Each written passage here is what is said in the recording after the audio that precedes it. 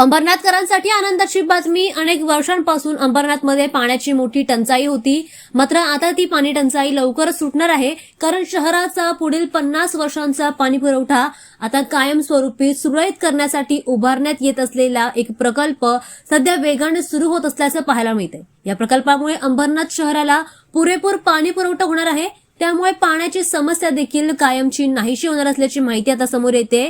त्यासोबतच अंबरनाथ पश्चिमेकडील नालिंबी येथे सुरू असलेल्या जलशुद्धीकरण प्रकल्पाच्या काम सध्या प्रगतीपथावर आहे. शेवटच्या टप्प्यावर आता हे काम आहे. शहरातील वाढती पाण्याची गरज लक्षात घेता या प्रकल्पाचं काम मोठ्या वेगाने सुरू असलेलं पाहायला मिळतंय.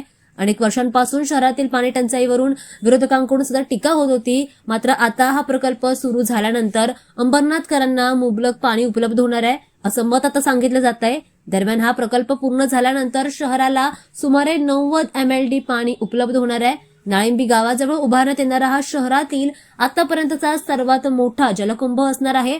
या माध्यमातूनच अंबरनाथ पूर्व, पश्चिम तसेच ऑर्डन्स फॅक्टरी परिसरातील नागरिकांची पाण्याची समस्या आता कायमची सुटणार आहे. त्यामुळे नागरिकांना देखील मोठा दिलासा मिळेल.